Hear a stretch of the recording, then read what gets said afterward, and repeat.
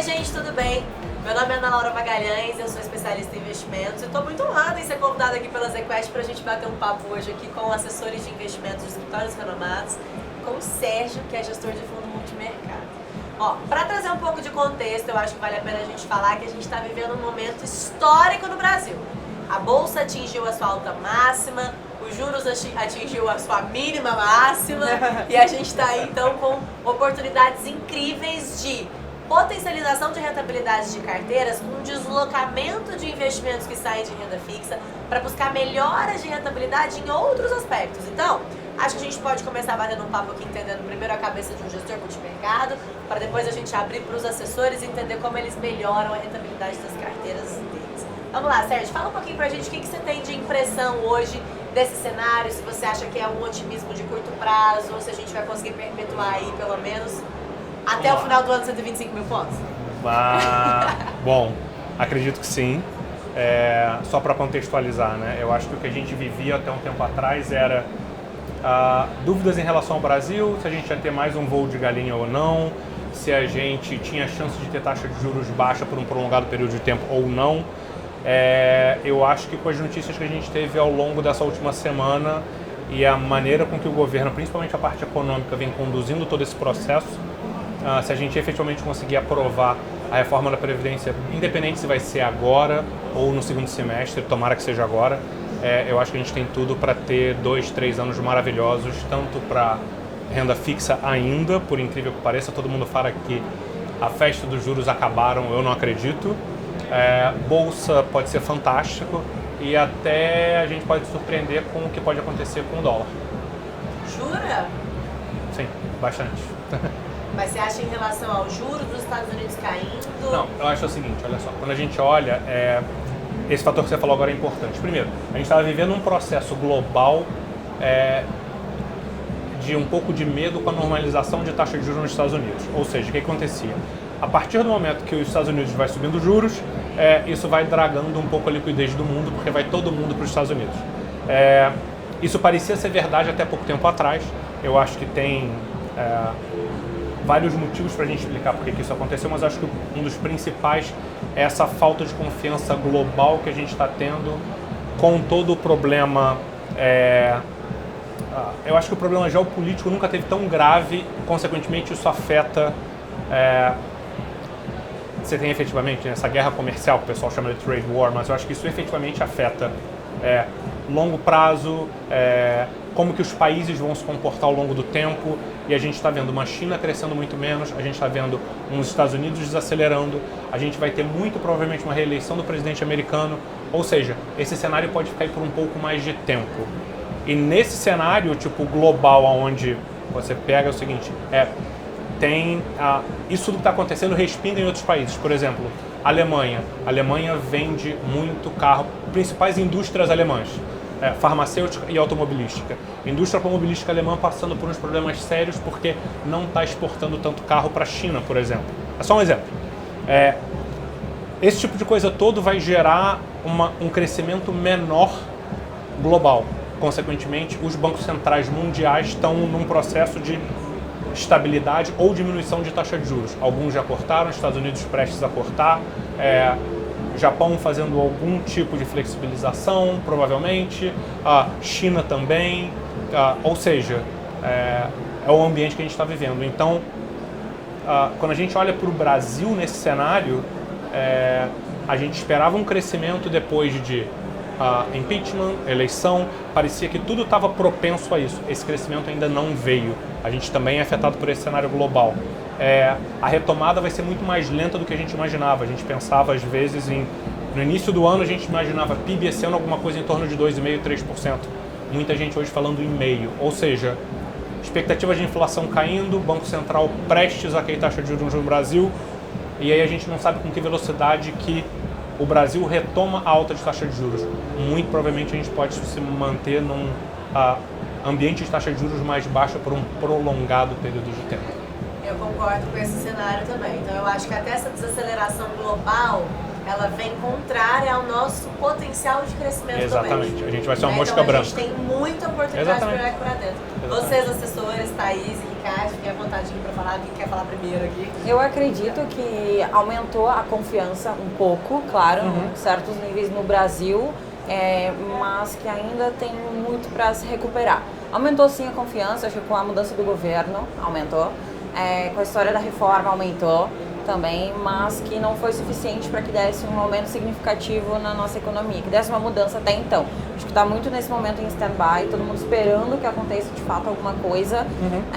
A previsão agora é que agora, no meio desse mês, a gente tem alguma solução, acredita, essa é a expectativa, mas não sabemos como que vai ficar e como se tem falado muito, de fato a reforma não é a bala de prata, né? Essa é a história, não é a bala de prata, ela vai ajudar, vai. Mas tem muita coisa para se fazer ainda para que a gente consiga evoluir no país. Sim. Então, eu quero ver também a tua visão com relação a isso, no sentido de que a gente tem hoje, sim, perspectivas de que vai melhorar, mas quando? Quando tu acha que vai ser essa volta, assim? Eu acho que, tipo assim, a gente finalmente vai viver um ambiente que a gente nunca viveu antes. Eu acho que é um processo que não vai ser curto, vai ser duradouro. A reforma da Previdência é a primeira de muitas que estão para vir. Acho que o governo já está preparando medidas que eles chamam de micro para ajudar com que isso aconteça. Eu acho que todo esse processo que a gente viu do BNDES é o tipo da coisa que vai ajudar. Até a própria função do banco em si vai deixar de ser, como o Paulo Guedes gosta de falar, o banco dos escolhidos para pulverizar. De todos. Taxas de juros de médio e longo prazo tendem a cair, a curva tende a ficar mais baixa. Isso facilita inúmeros setores, tipo o financiamento vai efetivamente ficar mais barato. E de novo, eu acho que... Aumenta a oportunidade das empresas aumentarem investimentos, com isso aumenta emprego. Tipo, essa previsibilidade, tipo assim, você vai ter um horizonte de investimento. Quando a equipe econômica fala de resolver o problema da Previdência, a gente ter solvência pelos próximos anos, tipo, é uma coisa que a gente nunca teve. Tipo, a gente está para fazer essa reforma há mais de 20, 30 anos, a gente não faz. Se a gente conseguir fazer agora boa parte dela, depois ficam faltando os estados e municípios, que também isso deve ser adressado para frente, eu acho que a gente tem uma avenida aí que muito provavelmente a gente nunca viu. E aí tem uma coisa que é curiosa, né? Porque, tipo assim, como o pequeno investidor, como o poupador, como o cliente dos distribuidores, o cliente final da XP, como é que ele se porta numa situação dessa? Ele efetivamente vai ver que ele, tipo, por mais que a aplicação fosse pequena, antigamente, quando você pegava 15%, 20% de juros, a pessoa se sentia bem porque no final do ano ela tinha um pouquinho a mais. O famoso agora, 1% ao mês. Exatamente. Agora você está falando, tipo, olha, só acabou. Por falar disso, Ricardo, porque assim, você já é assessor há mais de 10 anos. Como é que você acompanhou essa evolução do investidor brasileiro, por exemplo? Assim, a gente entende, a gente vê os brasileiros com muita vontade de ter 1% ao mês. É verdade. Tem esse número mágico na cabeça. Sim. É verdade, né? É focado no 1%. E eles nos perguntam muito, hoje que a realidade da renda fixa é 0,5% ao mês, eles continuam querendo 1%. E assim, a gente precisa tomar muito cuidado e respeitar muito o perfil do investidor. Sim. Porque existe uma ânsia, uma vontade, uma ansiedade, uma vontade do investidor de voltar a ganhar muito, mas a realidade é outra. Sim. Né? Então, muitas vezes ele não se dá conta que ele precisa tomar mais risco para ter maiores retornos, né? A gente vê assim, os investidores muito animados, mas, por outro lado, com cautela. Os empresários estão muito cautelosos, porque eles ainda não viram a economia rodar. Sim. Né? A perspectiva é muito boa, mas ainda não começou a acontecer. Você tem receio ainda? Eles têm receio, está todo mundo com um pensamento positivo. Todo mundo acredita que a baixa dos juros é bom, que com os anúncios do Federal Reserve, que vai diminuir a taxa de juros, todo mundo acredita que isso vai trazer dinheiro do exterior para o Brasil. Sim. Isso vai ser positivo para a Bolsa, assim como a reforma da Previdência. Sim. Mas nada disso aconteceu. É só prognóstico. Mas eu acho que... Assim, é positivo, acreditamos, mas ainda não começou a rodar. Sim. Eu queria dizer, até achei que você tivesse concluído, por isso que eu comecei a falar, desculpa, Não tem problema. Antes.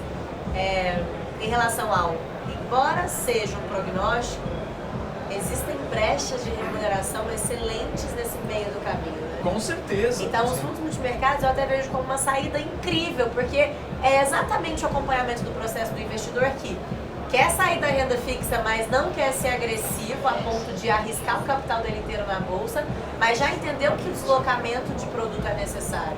Então, dólar, commodities, moedas mundiais, como é que está a posição da sua carteira hoje? O que você busca hoje para entregar uma rentabilidade? Eu acho que hoje, tipo assim, o que aconteceu? A gente estava com uma visão de que bolsa no início do ano poderia andar mais do que ela andou. Eu acho que essa é uma das grandes vantagens que a gente tem, porque a gente tem times diferentes com... A gente é uma gestora multi-estratégia, né? Então, por exemplo, o Alexandre Silvério toca o time de equities e é o CIO. Eu e o Bernardo Zerbini tocamos o fundo macro. Tem o Lawrence Mello que toca os fundos de crédito. Tem o Fábio Veiga que toca os fundos de arbitragem.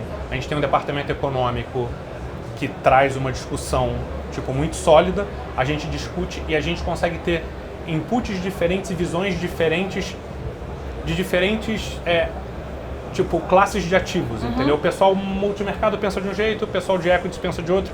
Então essa foi uma coisa muito curiosa. Por exemplo, essa troca de ideias que a gente faz exaustivamente, semanalmente, uma das grandes vantagens foi, início do ano, a gente olhava e falava, nossa, bolsa é o cavalo, porque vai andar, vai subir, a economia vai crescer 3%, vambora. A gente alocou efetivamente mais risco em bolsa e diminuiu um pouco de risco em pré. E todo mundo tinha... pré-fixado. A gente tinha um pouco daquela visão que era o seguinte, né? Todo mundo olhava e falava, bom, a gente não sabe se previdência passa, se não passa, lá fora o ambiente está instável, mas ainda pode ter aumento de juros nos Estados Unidos, então o dólar é sempre visto como o hedge das posições otimistas, ou em bolsa ou em juros. O time do Silvério foi o primeiro a dar um input pra gente de falar o seguinte, olha, a bolsa não parece, com as conversas que a gente está tendo com as empresas, não parece que ela vai andar tanto.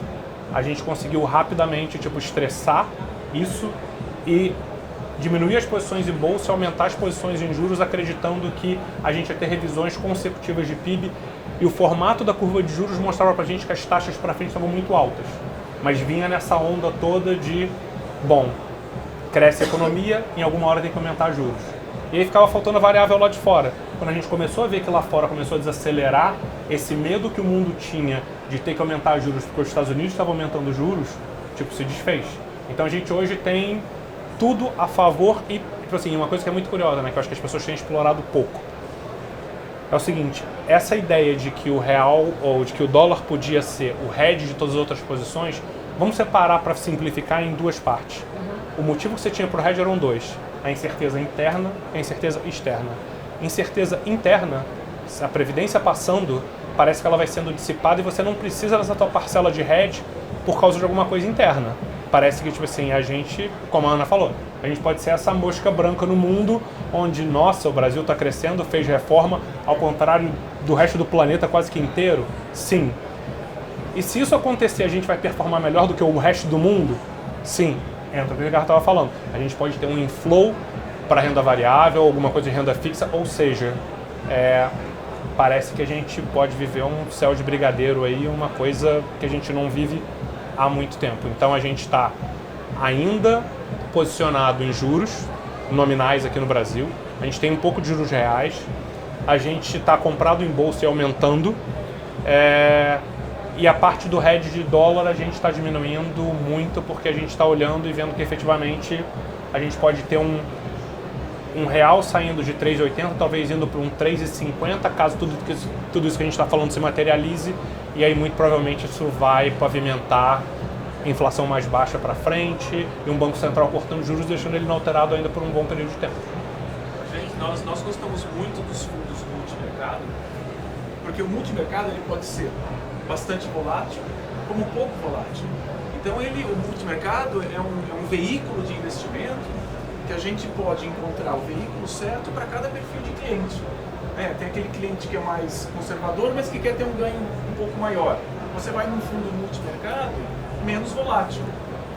Porque por trás da gestão existe uma equipe super competente que está fazendo esse trading, esse balanceamento entre as infinitas variáveis e traz para o nosso cliente, de uma forma simples, aquilo que está aderente ao perfil dele. Então, nós gostamos muito desse veículo de investimento, é super adequado. O que o Sérgio comentou que eu acho importante é uma palavra, assim, é a rapidez. Porque o gestor, e principalmente as gestoras independentes, elas conseguem ter uma agilidade muito boa em ver, como o cenário muda muito rápido, em estar posicionado de uma forma. Você viu que o cenário está mudando?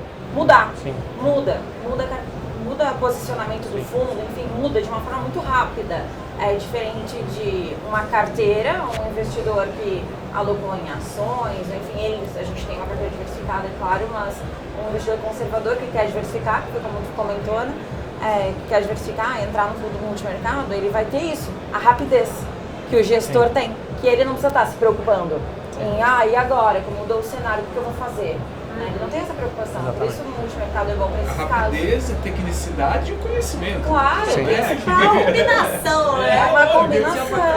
Eles pagam para ter informação. Né? Eu gosto muito de multimercado, sou suspeita. Tem ferramentas para isso. Né? Eu acho que o mais importante quando a gente olha para frente agora eu acho que o investidor local vai sendo, tipo, dessa forma que a gente está fazendo, ele vai sendo educado ao longo do tempo, ele vai vendo que, tipo assim, quando ele compra um investimento de médio e longo prazo, por mais arriscado que seja, ou por mais que tenha não é um livre de risco, como a gente costumava falar, dos títulos públicos, quando eles rendiam 14 alguma coisa. Não é isso.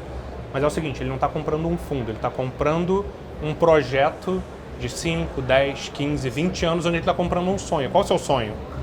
Você quer se aposentar com uma renda um pouco maior? Ok. Você quer mandar seu filho estudar fora? Ok. Você quer comprar uma casa fora? Ok. O que você quer? Tipo assim, é a compra desse sonho. E esse sonho só se realiza depois de você deixar o dinheiro. Não é mais pra gente ficar olhando, nossa, um mês, nossa, esse mês foi ruim. Nossa, mês que vem não, agora foi melhor um pouquinho. Os horizontes de investimento, pra gente ter rentabilidades, tipo, boas e que voltem, não sei se vão voltar a ser o 1% ao mês que você estava falando. Quem sabe, a gente né? espera que sim, Quem mas sabe? para esse tipo de coisa se materializar, os investidores têm que ter paciência. Exatamente, porque aquele 1% pode não vir todo mês, mas no compilado de tempo, Isso. se ele ter Na média, ele resiliência vem. nesse espaço, ele vai chegar nessa rentabilidade. É que ele precisa entender também que o multimercado, dentro dessa estratégia e diversificada, vai trazer uma combinação que não necessariamente naquele mês vai entregar 1%, mas no outro mês entrega 1,5%. E aí você vai criando essa compensação. Exato. E no final do ano ele está ali com aquela rentabilidade que supera muito a renda fixa, sem deixar também a carteira totalmente exposta a uma volatilidade de renda variável. Exato. E é muito importante até você, como gestor multimercado, disponibilizar esse tipo de produto. Vocês, como assessores de investimentos, profissão do futuro, pessoas que são responsáveis por educar também os próprios clientes, né? E trazer essa grande conscientização de finanças, ajudando o brasileiro a investir melhor. Muito obrigada pela participação. a vocês. Foi ótimo esse bate-papo.